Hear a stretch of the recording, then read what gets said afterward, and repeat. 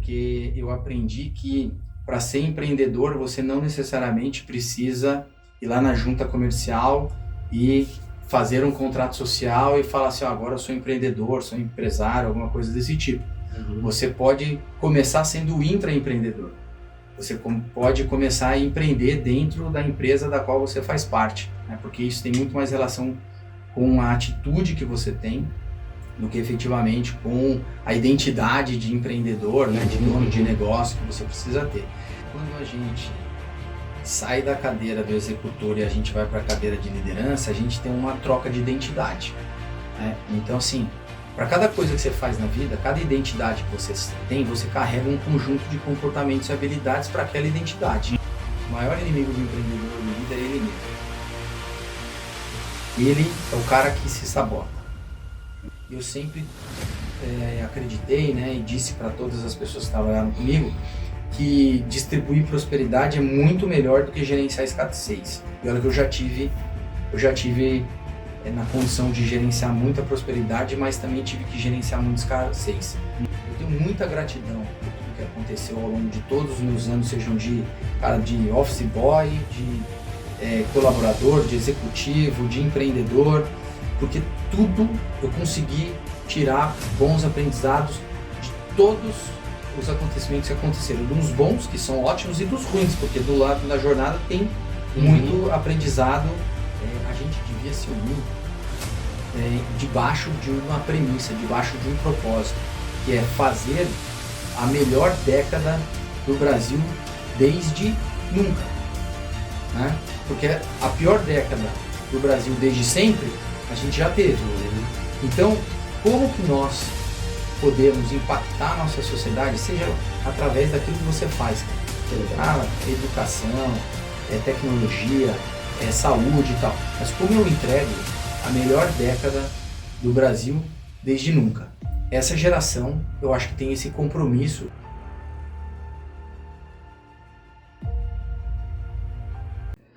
Fala pessoal, seja muito bem-vindo ao Pocket ADM Cast. Eu sou o Cláudio Caetano e esse é o nosso podcast onde a gente bate um papo sobre empreendedorismo, empreendedores e carreiras através da história dos empreendedores, pessoal. Então, eu vou pedir para que você que está aí nos assistindo me ajude nessa missão, que é se inscrevendo no canal, curtindo esse vídeo, compartilhando ele, que isso é muito importante, nos ajuda bastante, pessoal. Faça esse conteúdo chegar ao máximo de pessoas possíveis, porque eu tenho certeza que o conteúdo que sair daqui desse papo de hoje vai ser impactante para outras pessoas, porque o convidado de hoje tem história, e falando em história, a gente vai falar com ele. Rodolfo, se apresenta um pouquinho mais para o pessoal, por favor.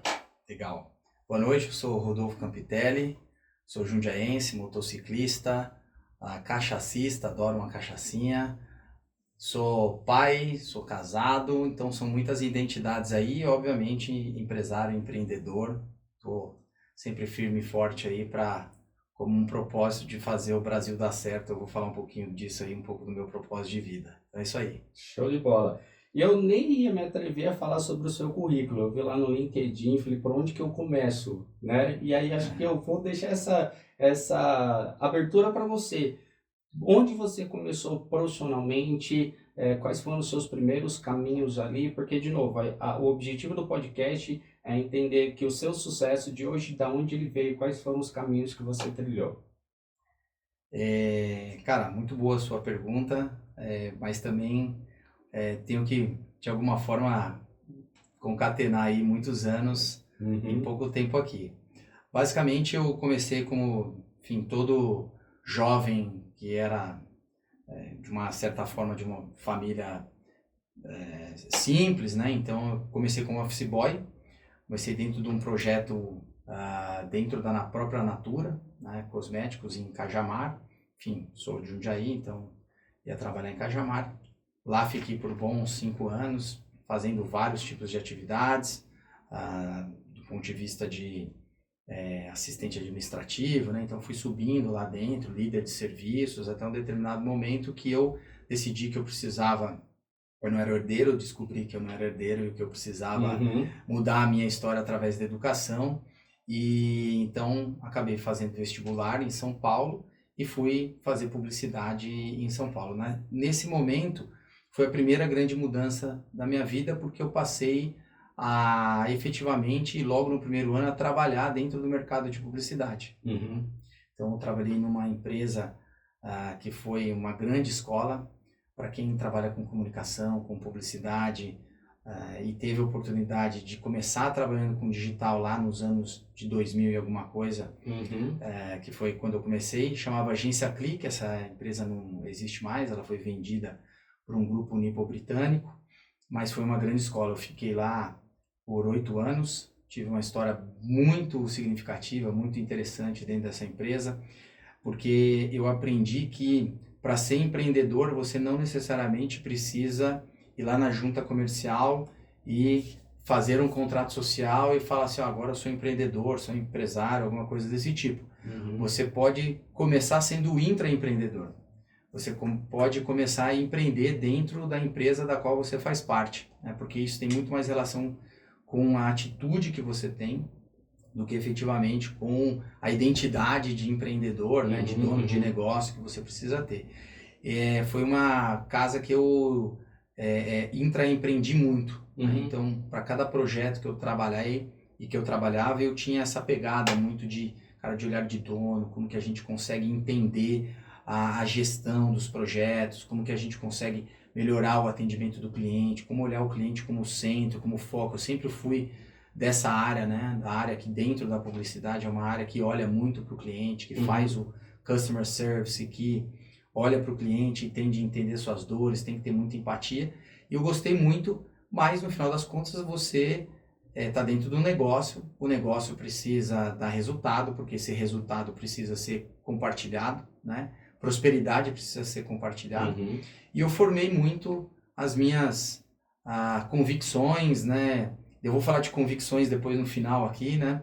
Pra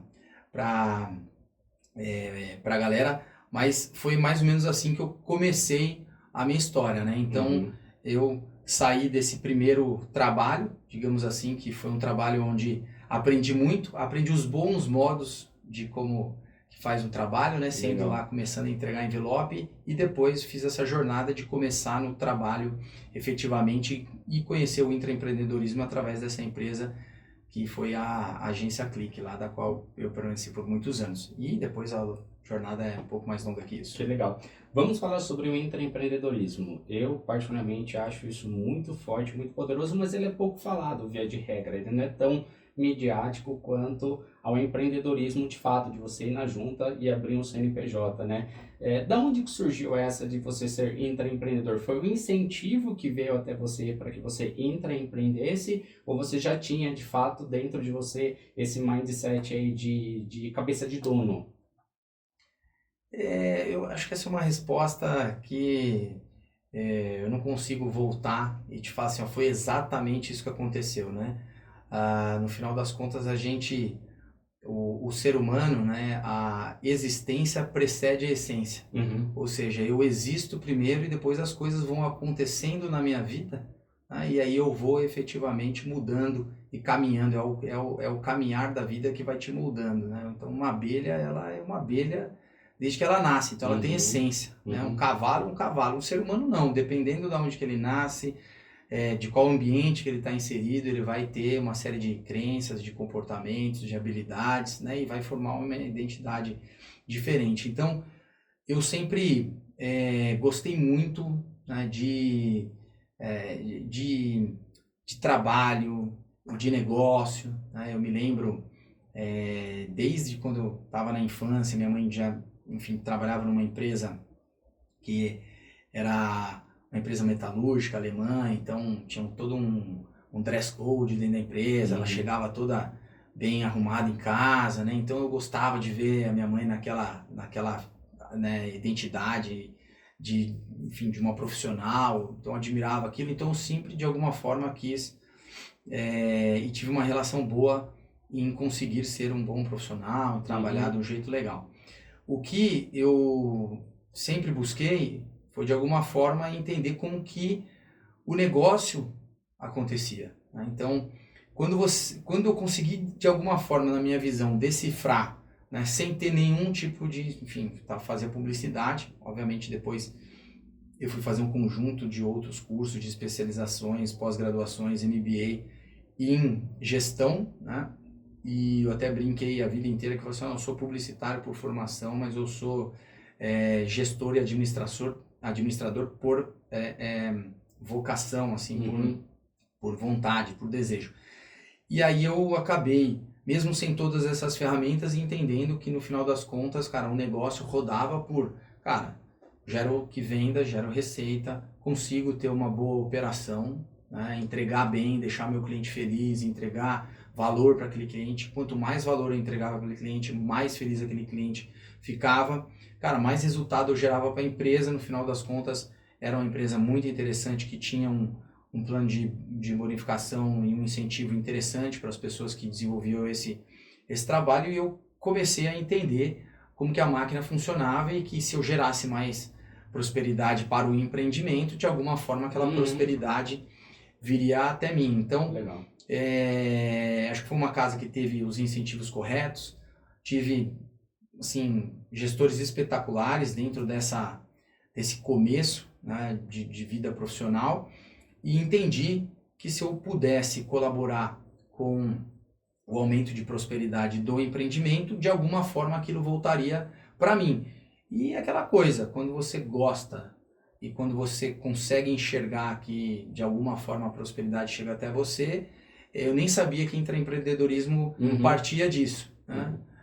Mas eu conheci o intraempreendedorismo assim, cara, aquela quase que psicologia de terapia comportamental, né? Tem a punição e o incentivo, então, de certa forma, eu fui incentivado, fui aprendendo dentro daquela roda lá de incentivos e prosperidade que chegava até mim, e cada vez eu fui fazendo mais, porque eu comecei a entender que aquilo também ajudava eu mudar a minha própria vida, eu mudar a minha própria história. Vira um ciclo, né? Vira um ciclo extremamente positivo, e quando você começa a saborear os resultados, você começa a falar, opa, vou fazer mais isso, vou fazer mais isso, vou fazer mais isso. E a hora que você começa a fazer muito tempo, você ganha experiência, né? Você consegue ter prática. Eu nem falo experiência, porque experiência, eu também tenho alguns conceitos sobre experiência, né? Mas assim, você sai da teoria, que é do saber as coisas, mas né, eu sei, mas eu não tenho conhecimento, mas não sei como fazer, que é a teoria, né? E a prática, muitas vezes eu sei como fazer, mas eu não sei porquê, tá? Então eu comecei a juntar essas coisas, e foi aí que eu acho que eu comecei a entender o que era intraempreendedorismo antes, efetivamente, de conhecer até o termo. Sim, legal. Você falou que primeiro você se formou em publicidade e depois se tornou um gestor, um administrador. A escolha pela publicidade, ela teve algum motivo também especial? Foi por ocasião de onde você estava trabalhando? De onde veio a escolha de publicidade e propaganda? Cara, é uma história bem pessoal, assim, mas acho que ela não foi uma escolha de, eu vou escolher pela publicidade. Desde o ensino médio, né? Na minha época era colegial.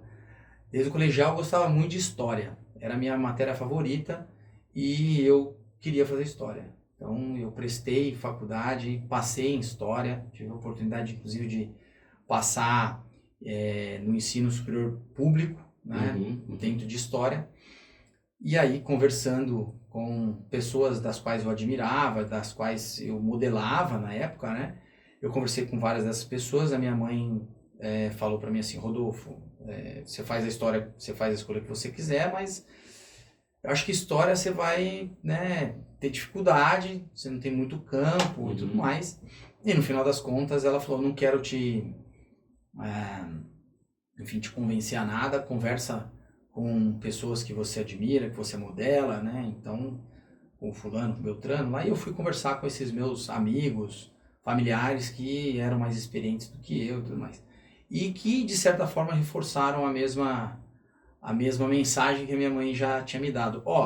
Você gosta disso, vai em frente, tudo mais, entretanto, porém, contudo, todavia, o mercado não é um mercado extremamente abundante, é um mercado extremamente restrito. É uma via quase que unilateral, né? Você vai virar um professor de história, iria virar um professor de história por ali. E aí a publicidade surgiu muito mais na perspectiva de, cara, você gosta, você se dá bem, você é extrovertido, você tem uma boa relação com as pessoas, você é comunicativo, cara, faz um curso de comunicação, né? E aí eu comecei a procurar comunicação social, aquela coisa toda, aí jornalismo, rádio e TV, publicidade, vou fazer publicidade. E passei no vestibular, inclusive consegui ser bolsista dentro da própria fundação da qual eu fiz a faculdade, o que foi muito bom, né? Porque despressurizou também a condição econômica, porque na época já era um curso que tinha um investimento bastante relevante, né? Eu não podia contar com o apoio financeiro da família, então ser bolsista na escola foi muito importante para mim. Legal. E aí e aí só para terminar a questão da publicidade, que é também sobre você colocar a energia correta nas coisas, assim, porque embora não tenha sido aquela coisa, foi o encontro de todas as conversas, eu entrei na publicidade e com 3 meses, entre 3 e 4 meses, nas primeiras aulas, eu já sabia aquilo que eu ia fazer dentro da publicidade. Que legal. Então eu entrei, deixa eu tatear, deixa eu ver e tal, e a gente teve várias aulas de várias matérias diferentes. A gente tinha uma matéria que era atendimento e planejamento dentro de publicidade, e eu tive essa matéria e eu falei, é isso que eu vou fazer. Então, por isso que eu acabei me colocando no mercado muito rápido, né? E eu, desde do dia zero e desde os 20 e poucos anos que eu trabalhei no mercado publicitário, essa foi uma especialidade que eu fiz do começo ao fim. Eu não sou um publicitário que passei por inúmeras disciplinas diferentes dentro de uma agência, né? Então, deixa eu testar aqui a mídia, a criação, a parte de dados, a redação. Então foi muito natural ter escolhido essa área e depois, enfim, seguir aí adiante na parte de gestão.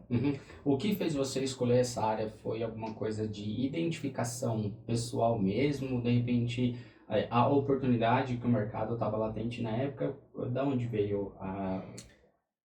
Cara, dentro da publicidade, se eu tivesse olhado para a oportunidade mesmo dentro das casas,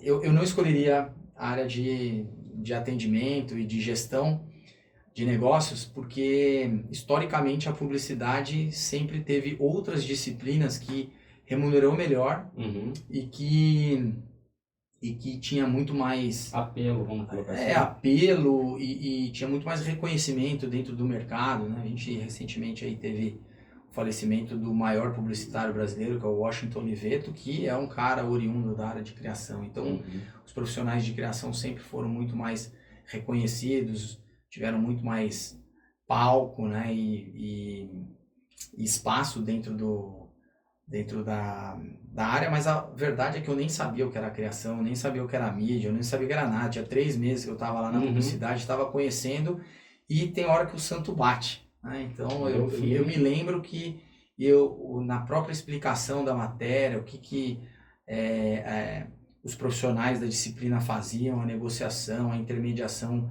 entre cliente e agência, a capacidade de entender as necessidades do cliente, de decifrar, né, de ter empatia, de conseguir traduzir isso para o time internamente, de conduzir os projetos. E eu falei, cara, isso aqui tem alguma coisa a ver comigo, aí eu vou seguir por esse caminho. Então eu nem cogitei as outras áreas, embora para quem é do mercado publicitário aí saiba que o atendimento, né, hoje o atendimento está um pouco mais em desuso, mas na minha época, quando eu comecei, era o atendimento.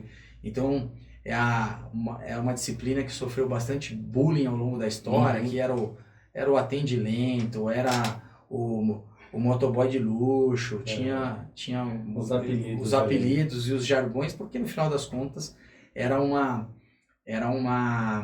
disciplina onde você está menos engajada com profundidade na resolução do problema criativo, né, ou da própria distribuição daquele artefato que será construído nas mídias.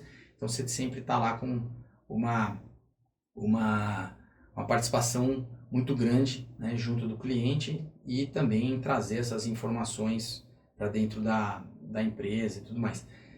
Já teve até grandes empresários que quiseram abolir com a disciplina dentro das agências, eles não conseguiram, porque de fato, só não tendo essa disciplina, essa cadeira, para saber o quanto que ela é importante, sim, né? Então, ela é menosprezada, mas quando não está ali faz exatamente, falta. é igual a energia elétrica, assim, todo mundo nem percebe que ela está lá, mas ela faltou, as pessoas sentem falta de um bom atendimento, de um bom gestor de contas, de um bom gestor de negócios à frente dos contratos aí de comunicação. Que legal. Se eu perguntasse para você assim, o que as empresas precisariam saber, ou até mesmo as pessoas precisariam saber da publicidade e propaganda, mas que de repente elas não sabem, algo áureo ali que você aprendeu, que falou, poxa, isso daqui tem um potencial muito grande, mas que de repente as pessoas hoje não usam, têm dificuldade de ter esse acesso. Você consegue elencar para nós algum aprendizado forte da publicidade e propaganda que você teve? Olha, eu brinco que assim, que de médico, louco e publicitário, todo mundo tem um pouco. Boa. Né? Então, assim, a publicidade, o marketing é aquele tipo de disciplina empresarial onde, de certa forma, todo mundo dá pitaco. Né? Então, lá em finanças, né? Lá no produto, lá na logística, não, fala lá com o João, com a Maria, com o José, que eles que sabem, eles são os experts, etc e tal. Mas na publicidade, no marketing, todo mundo entende um pouco, né? Assim como de medicina, todo mundo fala, tô com uma dor aqui, aí a pessoa já começa a te diagnosticar e tudo mais. Então, a grande recomendação que eu daria para as pessoas que não são de marketing, que não são de publicidade, é que busquem informações com bastante qualidade ou busquem se apoiar em pessoas que têm qualificação para que evitem, de certa forma, né, achar que sabem, e no processo de achar que sabem, elas muito mais atrapalham o processo do que efetivamente elas ajudam. Então, ao longo da minha história, eu tive a oportunidade de trabalhar com pessoas brilhantes, de pessoas assim que somam muito na mesa, que somam valor, que sentam na mesa e que trazem opiniões, que trazem comportamentos, habilidades, instrumentos fortes para a mesa, e que consequentemente adicionam muito valor, mas eu também tive muita oportunidade, né, de ver gente desqualificada na mesa discutindo marketing, comunicação, como se efetivamente tivesse preceitos, né, e tivesse condições técnicas de fazer isso.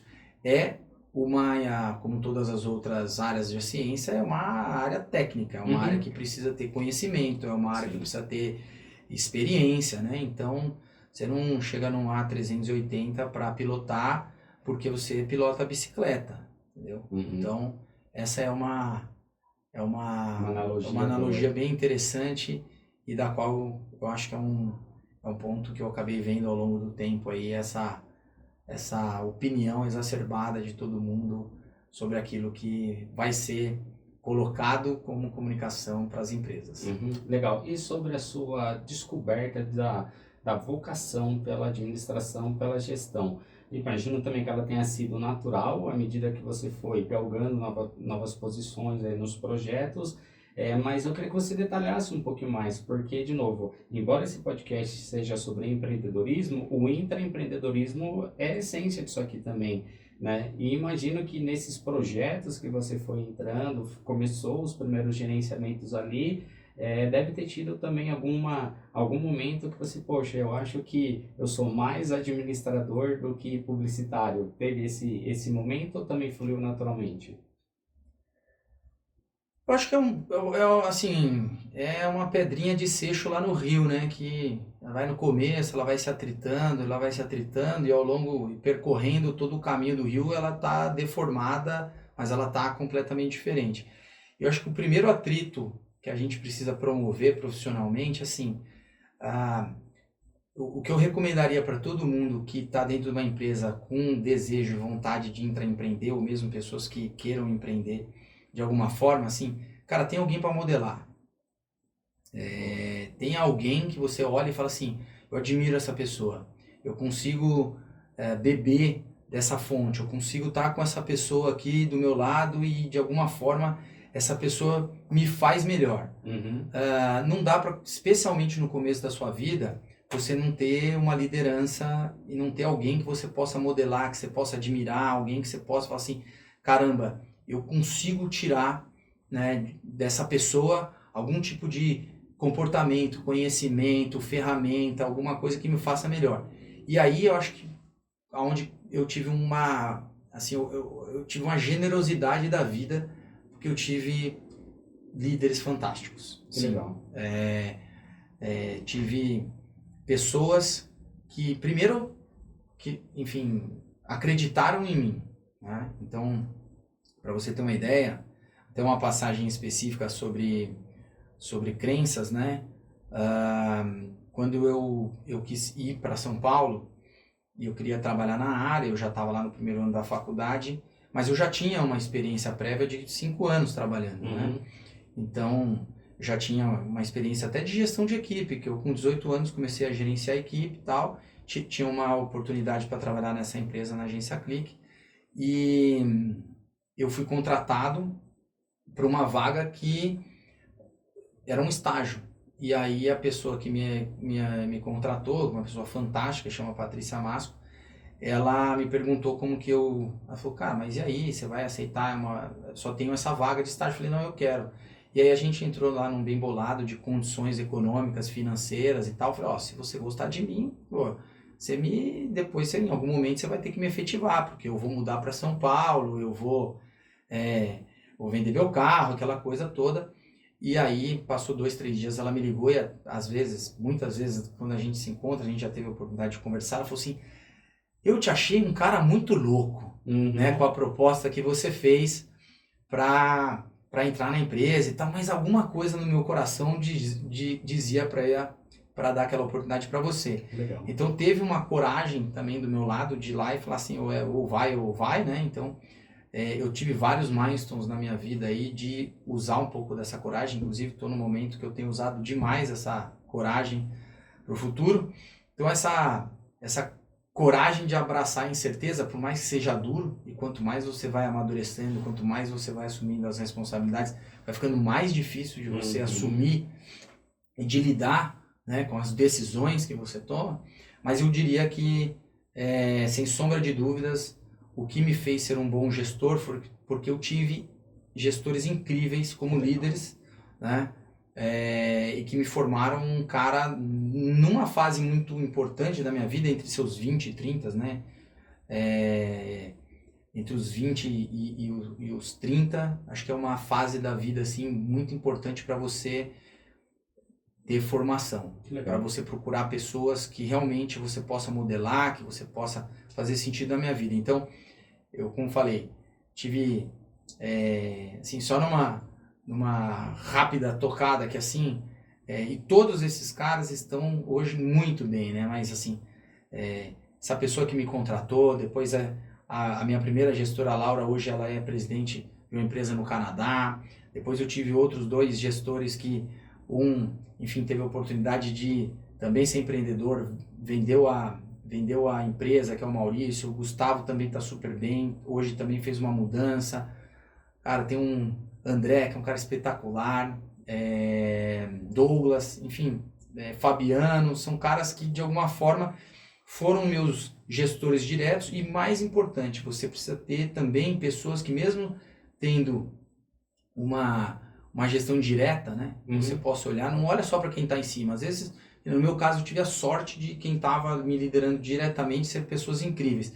Mas às vezes você olha e fala assim, putz, eu tenho um cara aqui que não é o meu líder direto, mas aquele cara, ele é um bom modelo, ele é uma pessoa que eu admiro, cara. Então vai lá e replica ele, né? Na vida nada se cria, se copia, então copia os bons exemplos. Que legal. Acho que é isso que eu diria para as pessoas. E foi isso que me fez, na minha visão, acho que pegar o trilho aí de começar a gostar de administração, gestão e por aí vai. Que legal. Essa dica que você deu, eu achei muito legal, muito interessante, mas essa questão de modelar, eu vejo que as pessoas não falam muito sobre isso, para ser bem sincero, assim, de você modelar as pessoas, mas é uma dica muito prática e barata, Vamos colocar assim, porque às vezes você já tem convívio com as pessoas ali, pode ser seu líder ou não, alguém da empresa, você tem a possibilidade de só observando, você já pegando ali de repente princípios, pegando formas com que aquela pessoa age, que vai te ajudar a contribuir para a sua carreira e para o seu futuro. É uma dica muito, muito legal, gostei bastante dessa, da questão de modelar.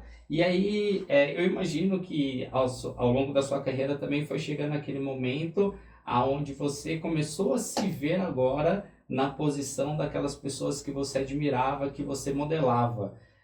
Quais foram os desafios disso? Porque ouve-se falar muito sobre liderança, que liderança às vezes é solitário, que liderança é isso, que liderança é aquilo. Quando você se viu, de repente, em uma dessas posições que antes você se modelava, quais foram os desafios que você se deparou ali?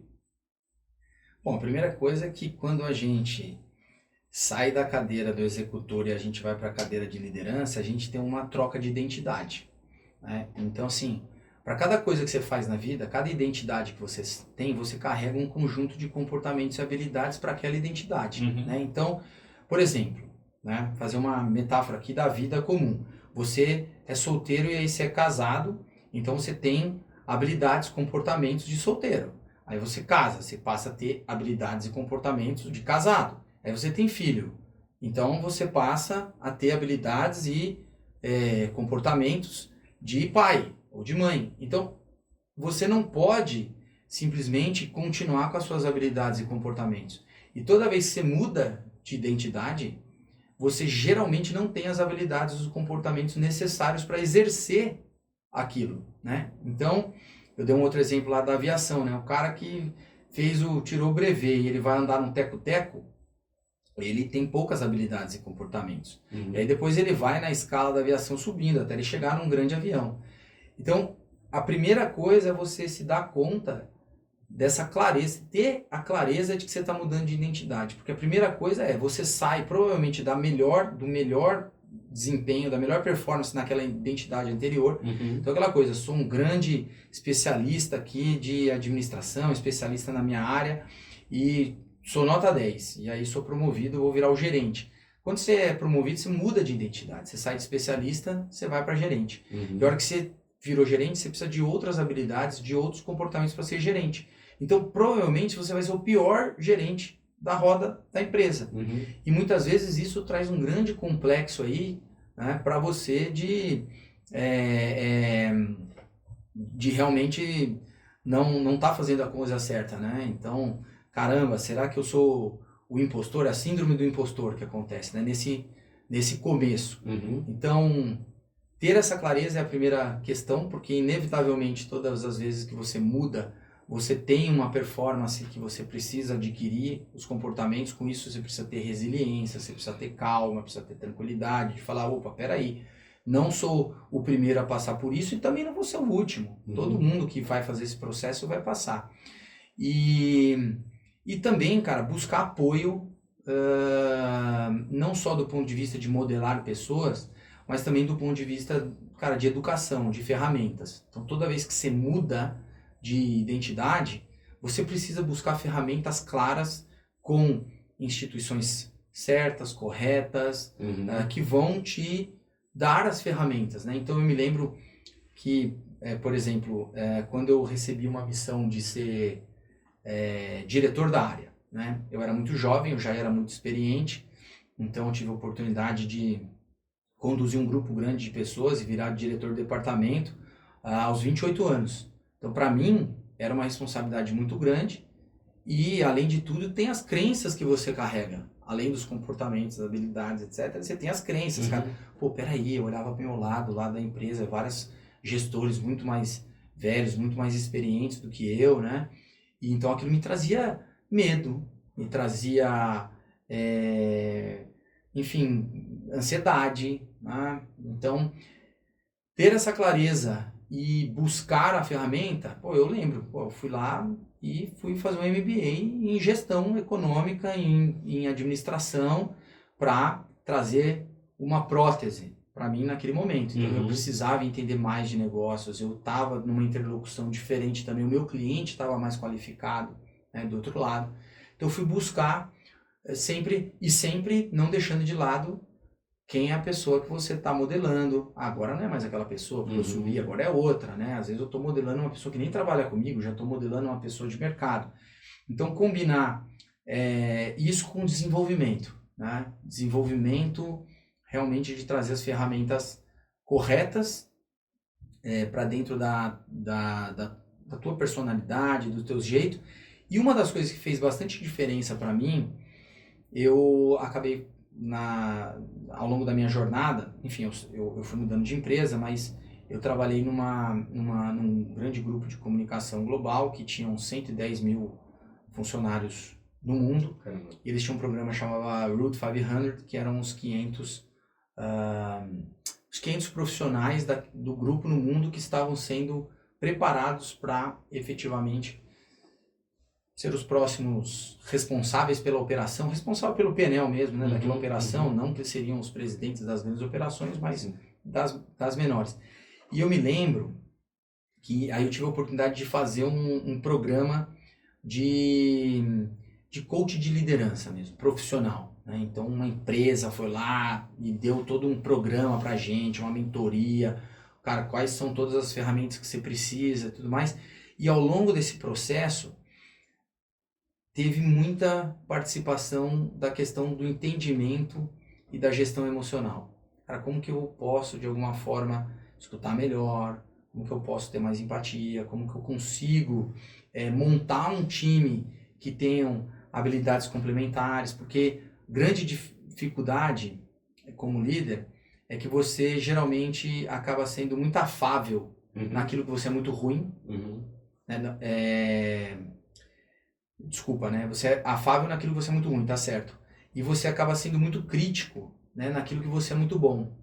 E isso é um grande erro do líder, porque se ele não conseguir produzir um mix de pessoas diferentes, ele vai produzir um mix de pessoas que pensam igual a ele, que executam igual a ele e que têm as mesmas fragilidades que ele tem, as mesmas fortalezas que ele tem. Então, ao longo da minha história, eu consegui meio que entender esse quebra-cabeça e falar assim, opa, peraí, como que eu ganho ferramentas, eu entendo melhor de gente e como que eu monto um time que seja multidisciplinar e que compense de alguma forma as minhas fragilidades, né? Nem sempre deu certo, já errei pra caramba, mas eu também acertei muito e consegui construir times vencedores por onde eu passei. Acho que tenho a coisa mais incrível que eu posso ter aí ao longo da vida, é que eu tive a oportunidade de ser líder de muita gente. Eu continuo, depois de 10 anos, 5 anos, muito tempo recebendo mensagens do tipo, cara, aquilo que você falou, aquilo que você fez, aquela prática, aquela ferramenta que você me deu, aquela atenção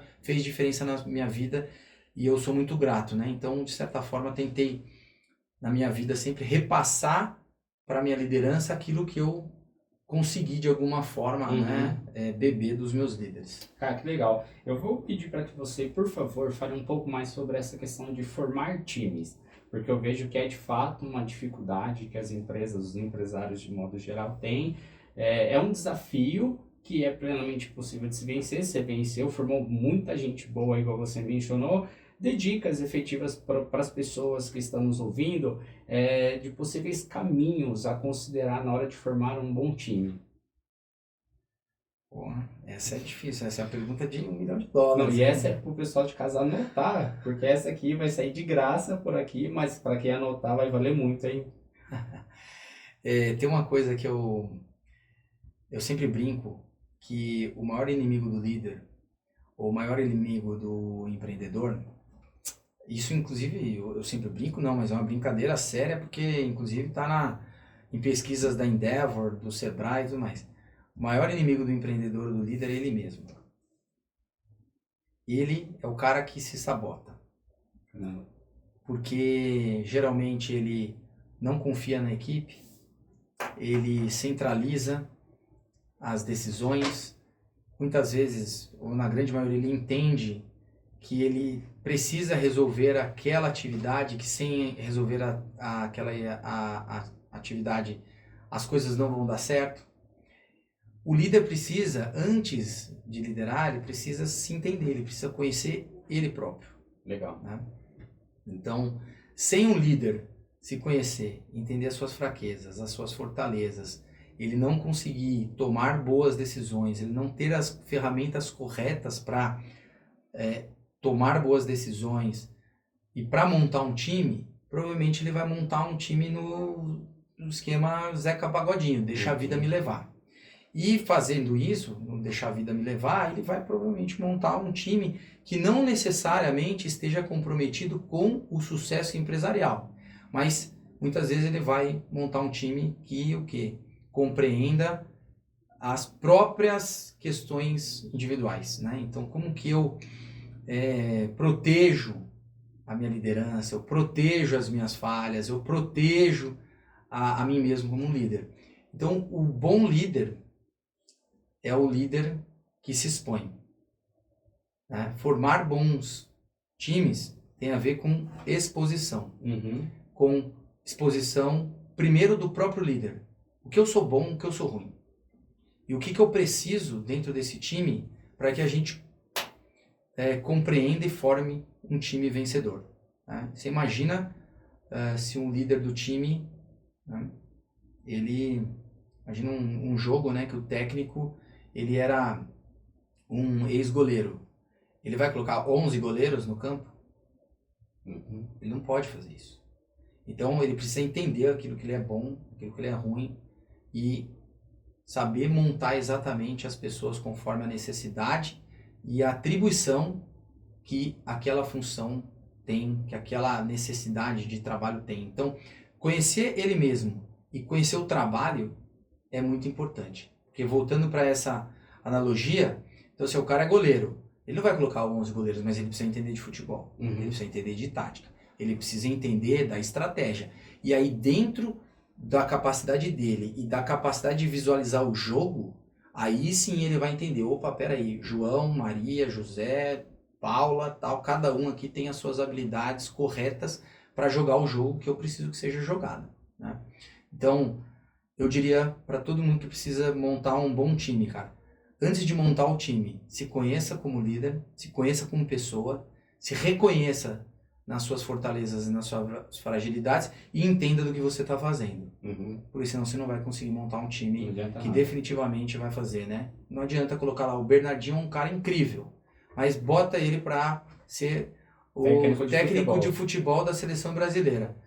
Acho que não vai dar certo. Né? Se conhece pra caramba, se conhece. Um baita de um cara, um baita de um líder, mas não conhece do jogo, não conhece do trabalho. Né?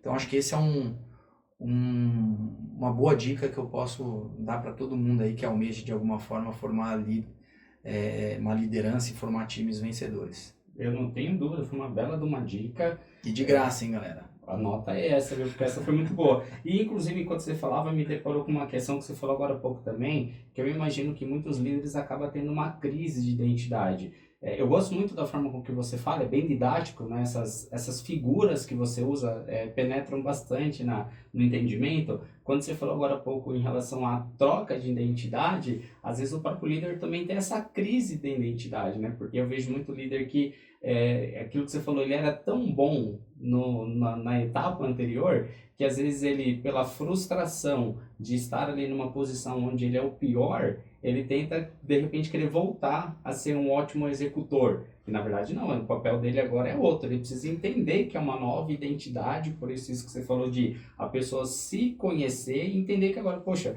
o meu papel aqui é outro, a minha identidade aqui é outra. E procurar essas falhas, né, que você falou. Outro insight muito bom que você deu, a questão de eu não escolher somente as pessoas por aquilo que eu sou bom, porque daí eu vou ter um time muito bom na característica A, mas eu vou continuar tendo um time muito fraco na característica B, que é a minha falha, que é o meu ponto fraco, né?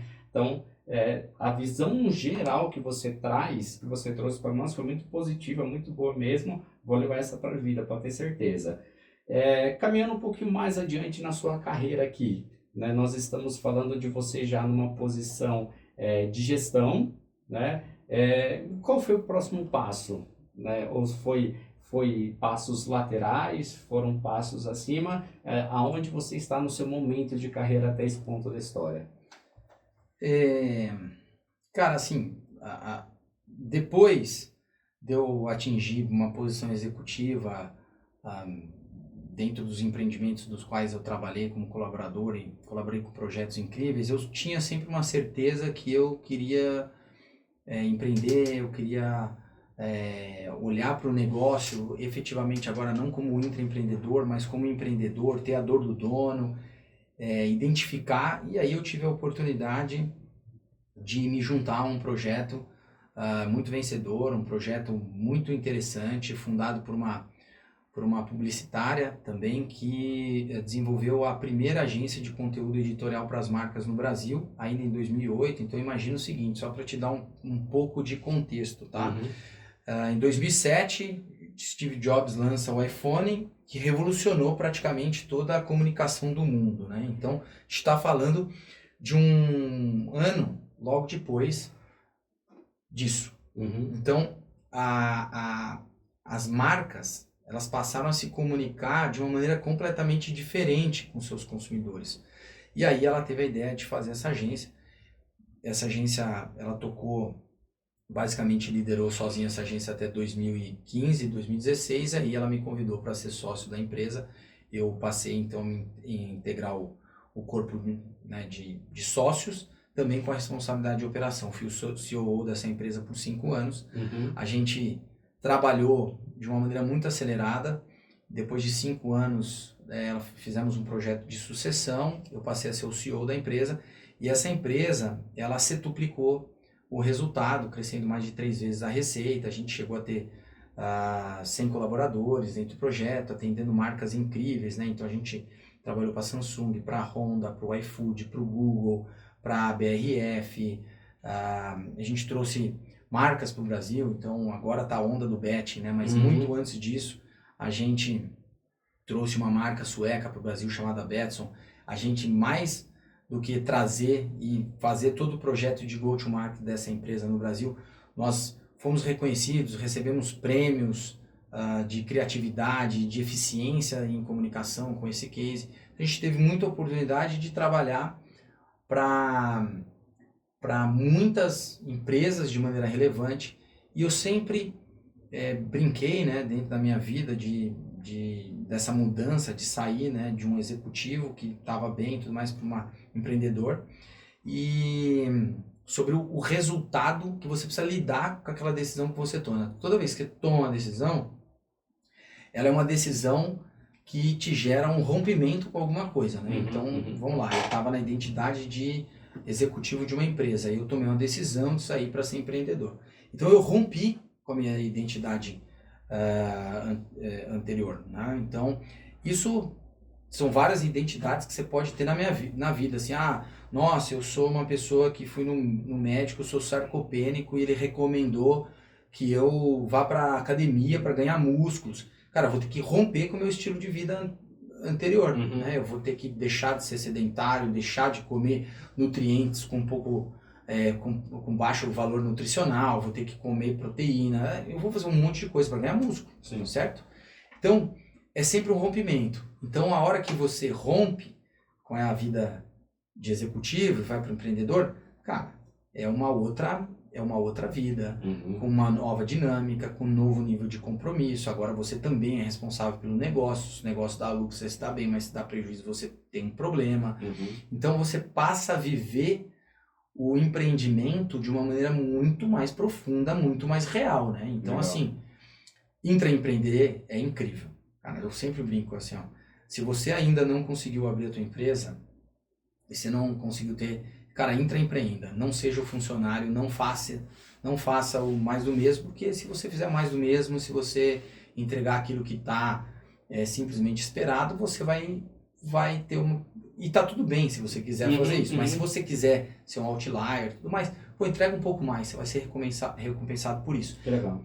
Mas quando você está dentro do empreendimento, você não tem muita chance não, cara. Você não tem como falar, hoje eu vou tirar o pé, não vou porque... a conta chega, o boleto chega para pagar, você tem uma responsabilidade, você tem colaboradores, e eu sempre acreditei, né, e disse para todas as pessoas que trabalharam comigo que distribuir prosperidade é muito melhor do que gerenciar escassez. E olha que eu já tive na condição de gerenciar muita prosperidade, mas também tive que gerenciar muita escassez, porque prosperidade se divide. Mas no caso do empreendedor, cara, e escassez, ninguém vai querer dividir a escassez com você. Boa. A escassez vai ser sua e dos teus sócios que estão lá dentro da participação societária que você tem da empresa. Quando a empresa vai bem, bate a meta, etc e tal, você faz uma distribuição, uma participação de resultados para a galera, todo mundo participa da prosperidade. Mas ser empreendedor, quando dá mal, é só você que está lá no bottom line, né? Na última linha, e você tem que honrar com aquilo.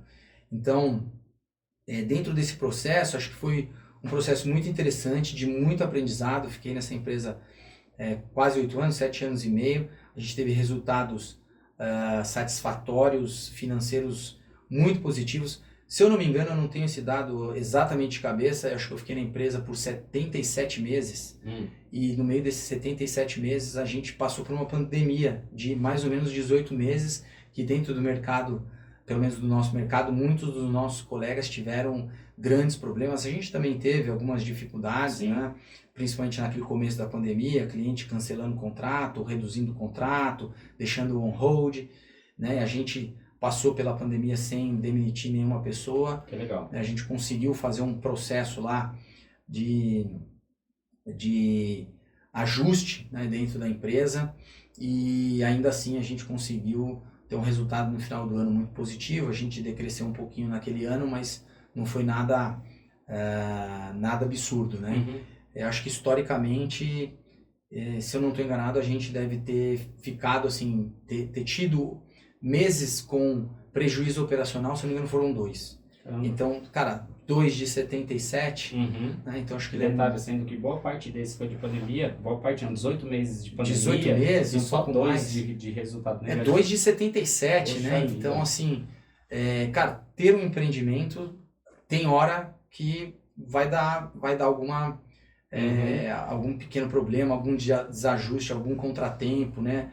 Um determinado hiato lá que, poxa, você perdeu um cliente, você ainda não conquistou outro, mas você está mantendo o time porque você acredita que você vai ter uma reviravolta e você precisa assumir um prejuízo operacional dentro daquela etapa. O mais interessante é que esses 2 prejuízos operacionais que a gente teve foram conscientes, foram intencionais, planejados, do tipo, não, vamos segurar aqui, a gente cobre porque no final a gente vai ter. Então, me ensinou demais, né? E mais do que ter me ensinado como empreendedor, e eu tenho muita gratidão por tudo que aconteceu ao longo de todos os meus anos, sejam de office boy, de colaborador, de executivo, de empreendedor, porque tudo eu consegui tirar bons aprendizados de todos os acontecimentos que aconteceram, dos bons, que são ótimos, e dos ruins, porque do lado da jornada tem muito aprendizado e tem muita situação que não é positiva. Então, se você tem a capacidade de refletir, de pensar e falar, cara, esse é um momento negativo, mas o que eu posso aprender com esse momento? Como que eu posso, a partir desse fracasso, usar isso como uma lição e melhorar para frente? E também ter boas decisões. Porque acho que o que eu percebi é assim, uma flor, ela não morre do dia para a noite. Legal. Né? Então, seja você funcionário, seja você empreendedor, e você fala assim, isso aqui deu ruim, isso aqui deu um problema, né? Você sabia que aquilo lá ia dar um problema. Porque tudo numa empresa é como se você tivesse uma planta. Aí a planta, no dia seguinte, ela deu uma murchadinha. Aí no outro dia ela deu uma murchadinha de novo. Você sabe que precisa da água. Mas aí, por várias questões, você não pôs água lá. Então, daqui um tempo, você fala, a planta morreu. Mas, na verdade, é um processo que mesmo quando as coisas dão ruim, quando as coisas não saem do jeito que você pensa, na hora que você vai, que você racionaliza, que você aprofunda aquela coisa, aquilo geralmente foi por uma falta de decisão. Então, a decisão, eu tenho um grande amigo, que é o Fernando, que ele fala uma outra frase, que é assim, uma decisão vale mais que uma motivação. Então, você precisa tomar decisões. E você precisa saber tomar decisões. Você precisa ter ferramentas para tomar as decisões. Todo mundo fala assim, não tomar uma decisão é uma decisão. É verdade. Não tomar uma decisão acaba sendo uma decisão. Mas o impacto de uma não decisão é muito interessante. Por quê? Vou dar um outro exemplo aqui. Você está caminhando, você tem o seu destino, você tem uma bifurcação. Você pode ir pelo caminho direito ou pelo esquerdo, tá? Cara, não importa. Eu tomei o caminho direito. Aí a sua energia foi canalizada para o caminho direito e você vai embora. Ah, mas aquele caminho é mais tortuoso, ele é mais longo, não sei o quê. Talvez ele nem chegue no destino porque eu tomei o caminho errado. Mas você tomou o caminho. Você pode tomar o esquerdo e pode dar certo. O pior é quando você toma a decisão de não decidir. E aí você fica parado na bifurcação. Vou para a direita ou vou para a esquerda? Vou para a direita ou vou para a esquerda? E aí você não vai. E quando você não vai, cara, é energia. A energia está parada lá. E você não consegue fazer com que o seu empreendimento dê futuro, o seu casamento vá para frente, que a sua amizade vai para frente. Então, assim, peque sempre pela omissão, nunca pela falta. Não, eu acabei de falar a frase completamente errada, tá? A frase é, cara, quando você for fazer alguma coisa errada, né, peque por fazer muito mais e não pelo excesso. Pelo excesso, exatamente. Peque pelo excesso, nunca pela omissão. Porque a omissão, geralmente, ela está dentro desse vazio que tá da indecisão. E a indecisão, ela é muito ruim para todos os profissionais, sobretudo para a liderança. Porque os líderes, né, eles têm liderados que precisam ver que o líder está tomando decisão. Se o líder é um cara que não toma decisão, você automaticamente está criando, né, modelando um time de liderados indecisos. E a empresa não vai para frente.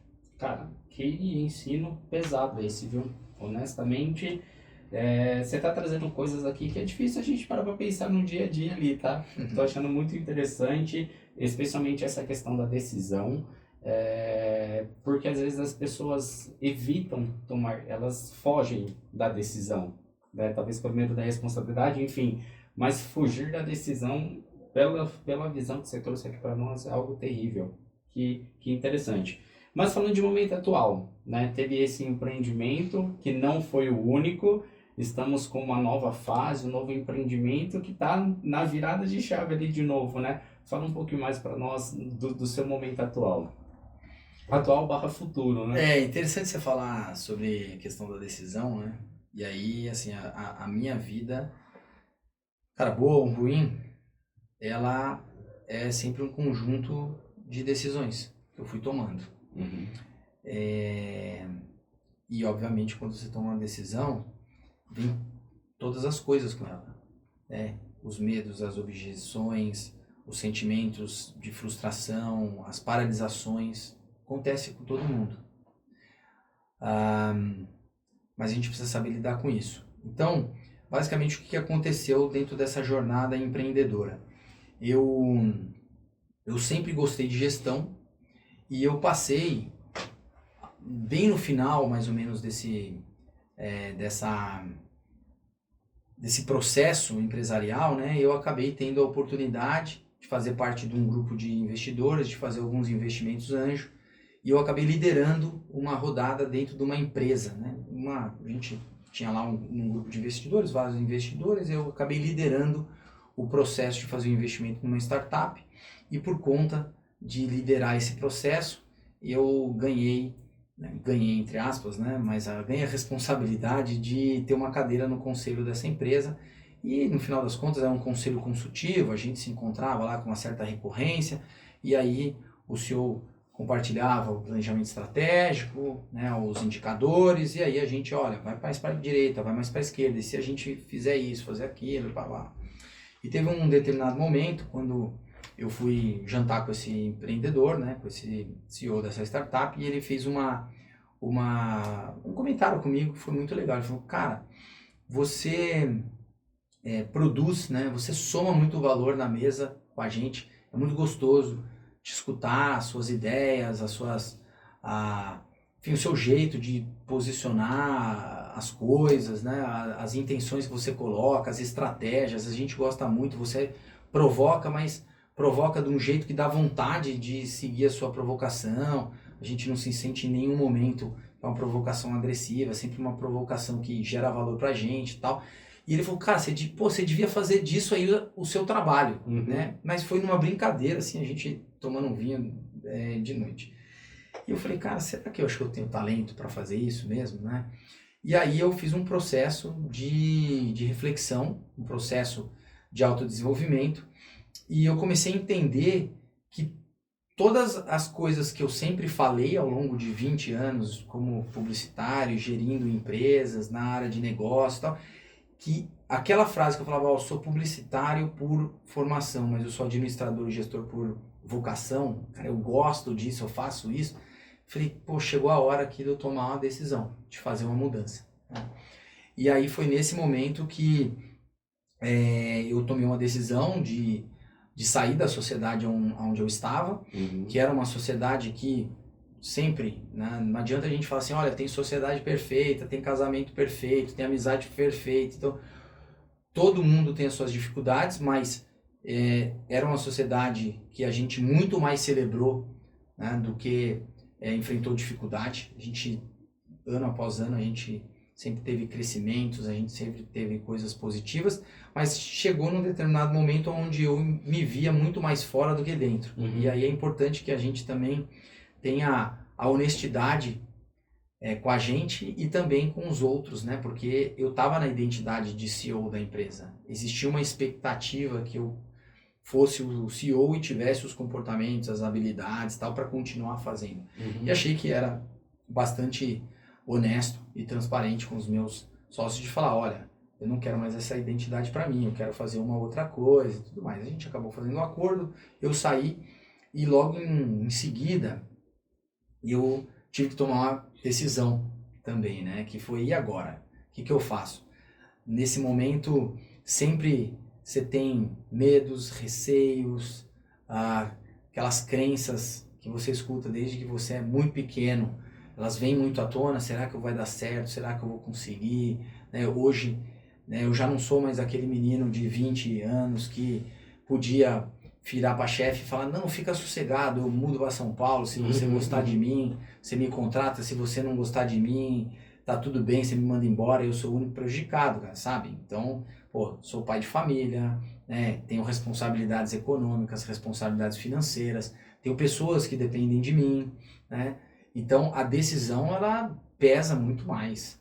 Como que você vai lidar com essa decisão de, cara, como que eu vou de novo empreender? Como que eu deixo uma empresa que, ao longo de muitos anos, cara, com sistemas, com processos prontos, com cliente na carteira, com uma governança pré-estabelecida, com dinheiro no banco, né? Como você deixa tudo isso aí com salário pago todo mês?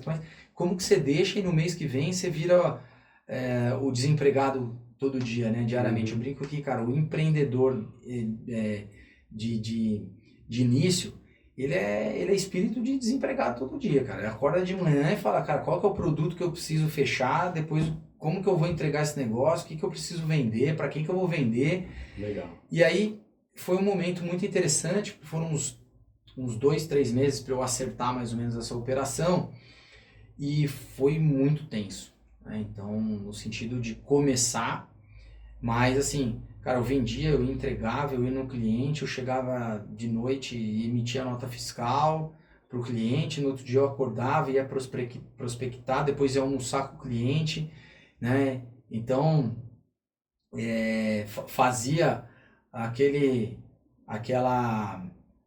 jogo mesmo, né, do empreendedor que está começando, mas que pelo menos eu tinha e contava com uma reputação boa, né, de toda a minha história profissional, mas começando do zero.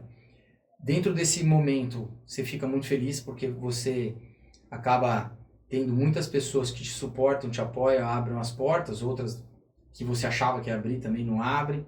Você tem um conjunto de pessoas que olham para você e falam, cara, vai em frente, sua tese é muito boa, vai dar muito certo, não tenho assim, nenhum tipo de dúvida que vai dar errado.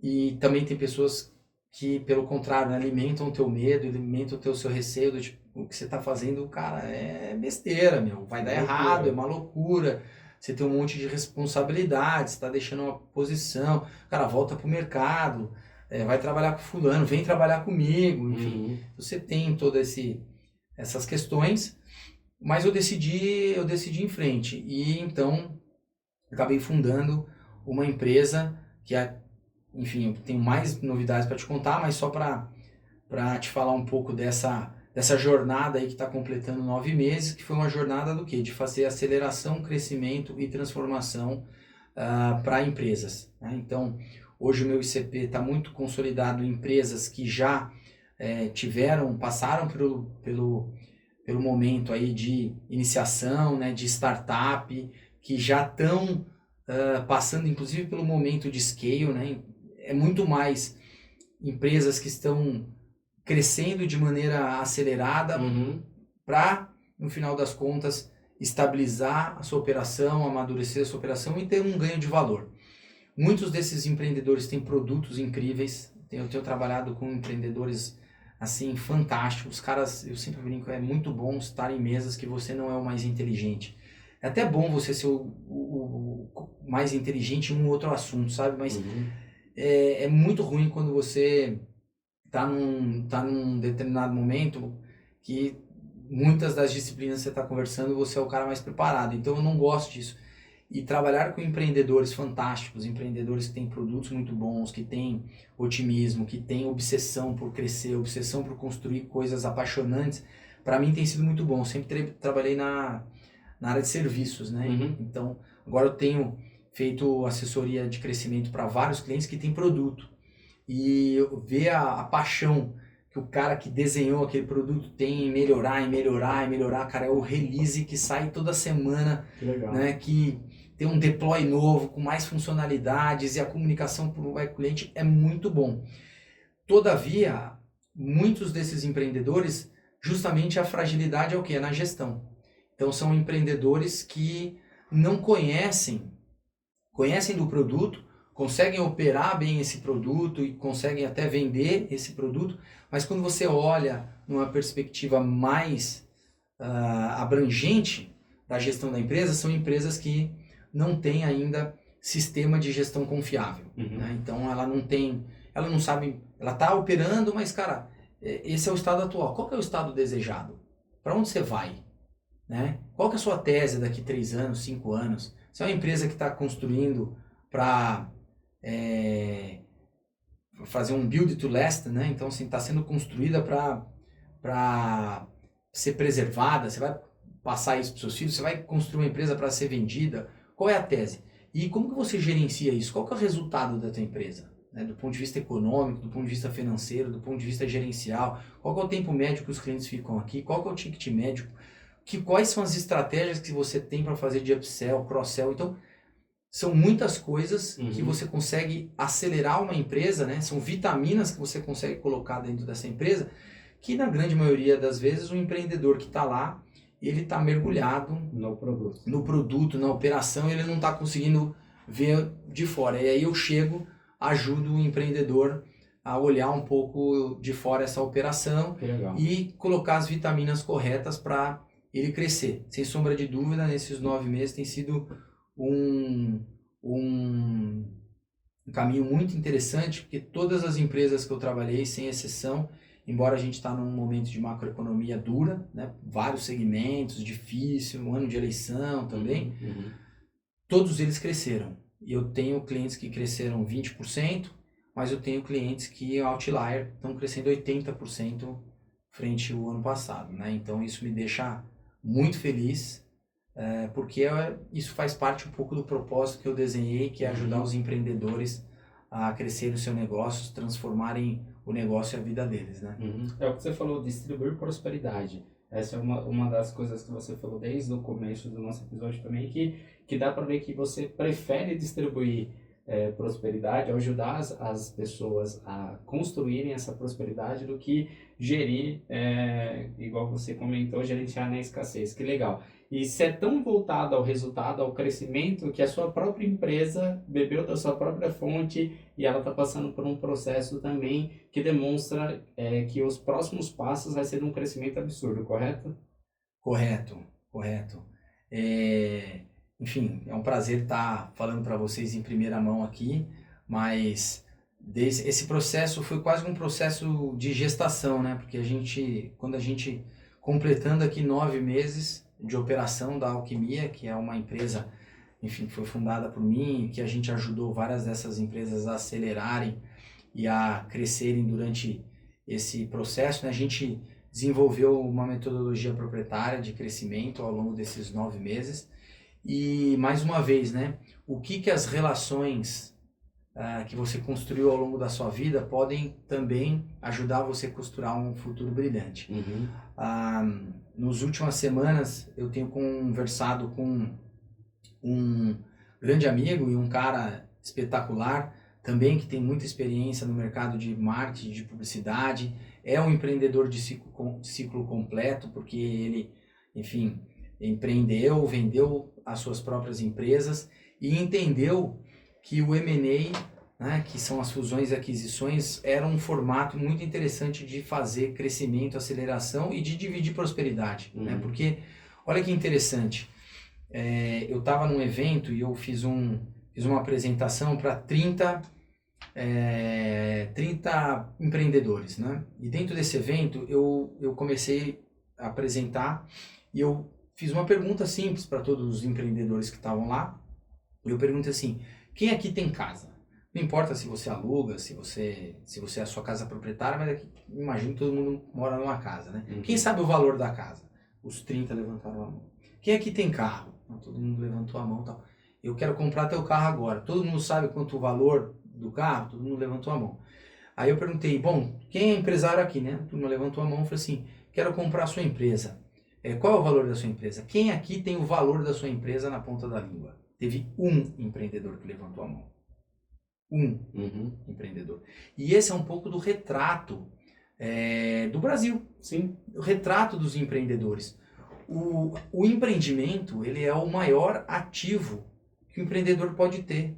Muito mais do que a casa que ele mora, muito mais do que o carro que ele tem, porque ele é um empreendimento ativo que gera fluxo de dividendo futuro. E que se você trouxer para o valor presente, aquilo tem um valor. Você tem contratos de longo prazo, você tem tecnologias proprietárias, você tem ferramentas, produtos, um conjunto de coisas que te dão o quê? Fluxo financeiro futuro.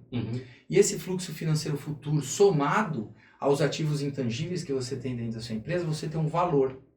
E a hora que o empreendedor saca que ele tem uma empresa, que aquela empresa, ela é o maior ativo que ela tem na mão dele, ele fica feliz, ele fica excitado, ele fala: opa, peraí, eu tenho aqui uma oportunidade que eu não estava vislumbrando, né?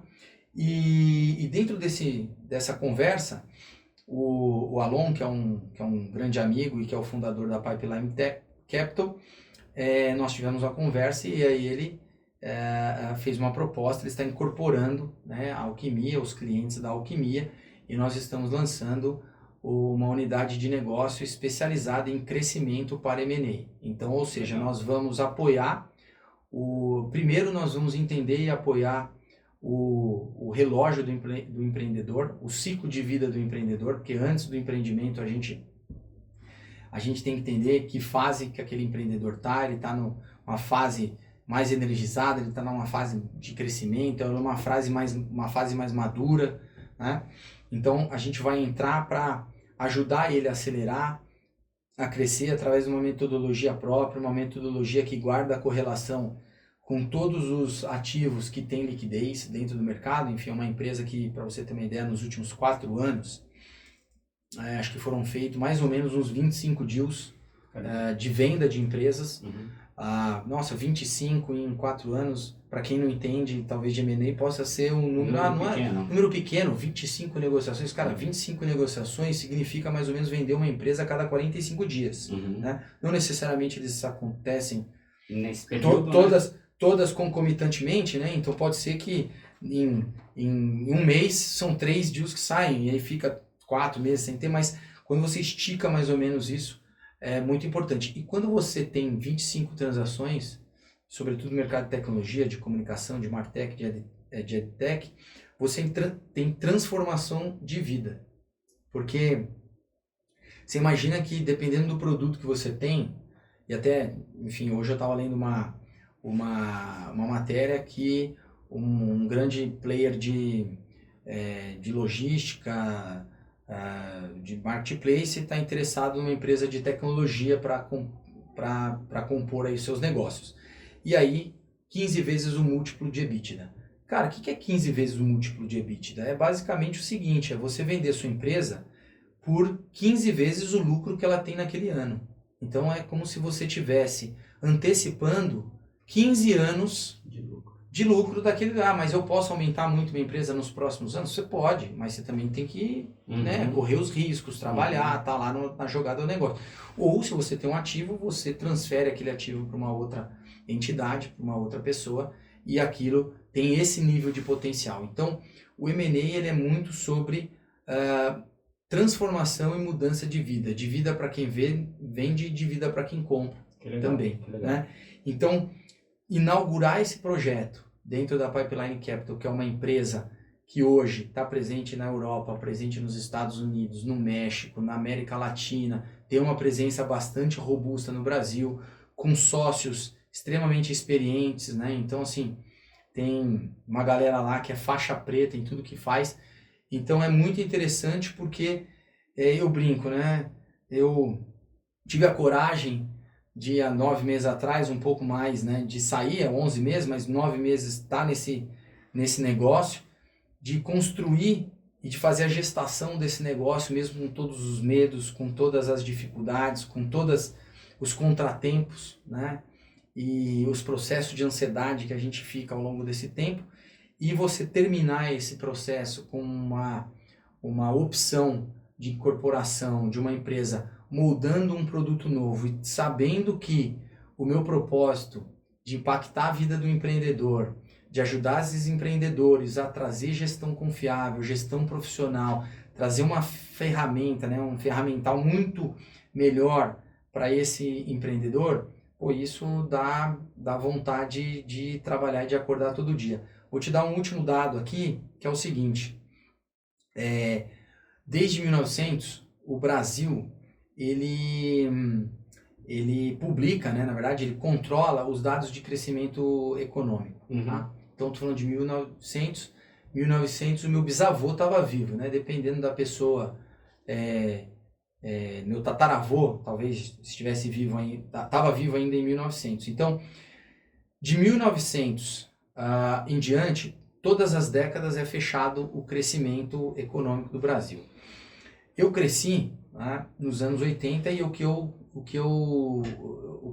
ouvia falar era que os anos 80 era o ano perdido, eram os anos perdidos, né? Foi a década que o Brasil menos cresceu economicamente. Então, o Brasil vem crescendo, aí no processo dos anos 80 o Brasil tem um menor crescimento, e depois ele volta a crescer nos anos 90 e nos anos 2000. De 2011 até 2020, fecha então o ciclo, e aí vem 2021, vem os dados econômicos dessa década, entre 11 e 20. E aí o Brasil tem a pior série histórica de crescimento do país em 120 anos. Caramba. Então, assim, desculpa te dar essa notícia. Entre 2011 e 2020 eu já estava economicamente ativo. Então eu participei da pior década econômica do Brasil. E você também, né? Como outros tantos trabalhadores aqui. E eu fiquei pensando, cara, justo na minha vez? Pô, na minha vez o Brasil vai ter esse tipo de performance? Quer dizer, meu tataravô viu um país que crescia mais, meu avô e tal. É claro, eu só estou falando aqui dos níveis econômicos, né? E pontuais. É claro que a gente melhorou em 1 milhão de outras coisas como país, né? Mais especificamente, eu sempre brinco que para os meus colegas e para que estão aí extremamente ativos, que ou estão olhando para frente, tem mais aí 20, 30 anos de trabalho, com certeza, eu falo assim, galera, a gente devia se unir debaixo de uma premissa, debaixo de um propósito, que é fazer a melhor década do Brasil desde nunca, né? Porque a pior década do Brasil desde sempre a gente já teve.